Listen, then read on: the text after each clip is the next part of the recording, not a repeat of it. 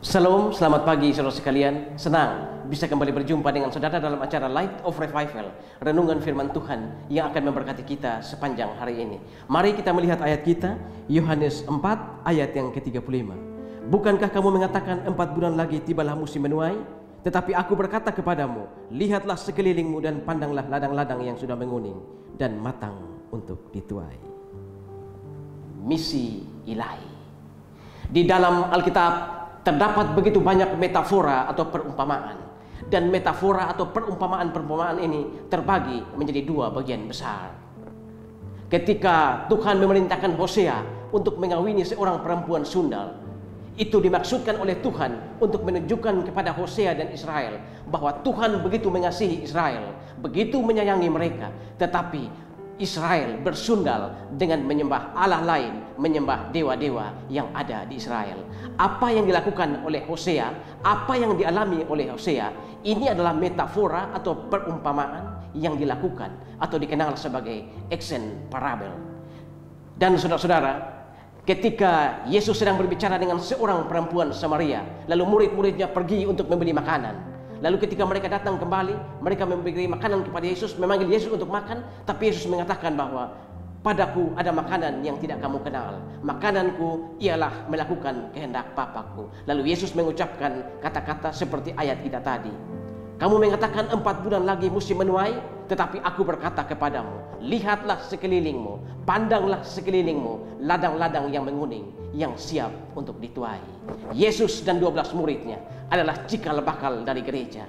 Dan saudara-saudara, gereja memang dihadirkan di dunia ini untuk menuai jiwa-jiwa, membawa jiwa-jiwa datang kepada Tuhan. Apa yang dikatakan oleh Yesus ini adalah metafora atau perumpamaan yang dibicarakan atau dikenal sebagai spoken parable.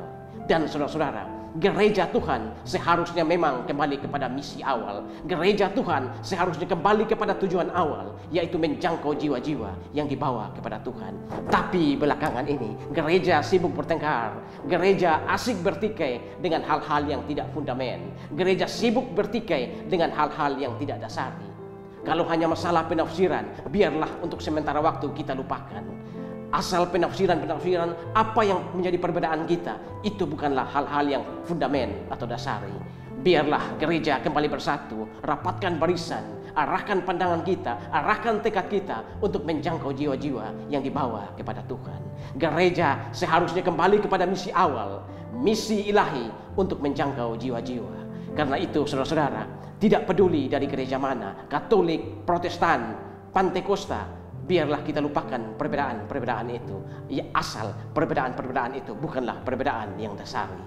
Tak peduli gereja mana, Katolik, Protestan, dan Pantekosta, engkaulah saudara dan saudariku.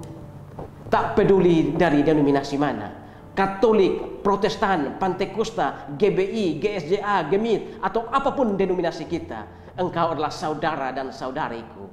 Asal back to the Bible, sola scriptura, kembali ke Alkitab. Maka lagu tadi akan berbunyi, tak peduli gereja mana, asalkan berdiri di atas firman-Nya. Katolik, Protestan, dan Pantekosta, engkaulah saudara dan saudariku.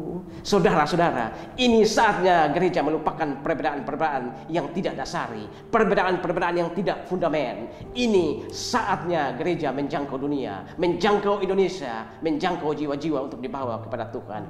Ini saatnya gereja bersatu padu, gereja bergandengan tangan, gereja rapatkan barisan untuk melihat Indonesia, melihat dunia. Biarlah kita semua bersatu untuk memberitakan Injil ke seluruh dunia dengan berpegang pada amanat agung dari Tuhan Yesus. Pergilah, jadikan seluruh bangsa muridku, dan baptislah mereka dalam nama Bapa, Anak, dan Roh Kudus.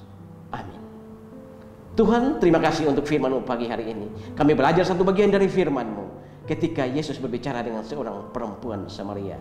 Gereja memang seharusnya kembali pada misi awal, misi ilahi. Terima kasih Tuhan untuk firman-Mu. Dimuliakanlah Engkau di atas firman-Mu. Amin. Saudara, mari jadikan firman Tuhan sebagai pelita dan terang di sepanjang jalan hidup kita. Tuhan memberkati kita semua.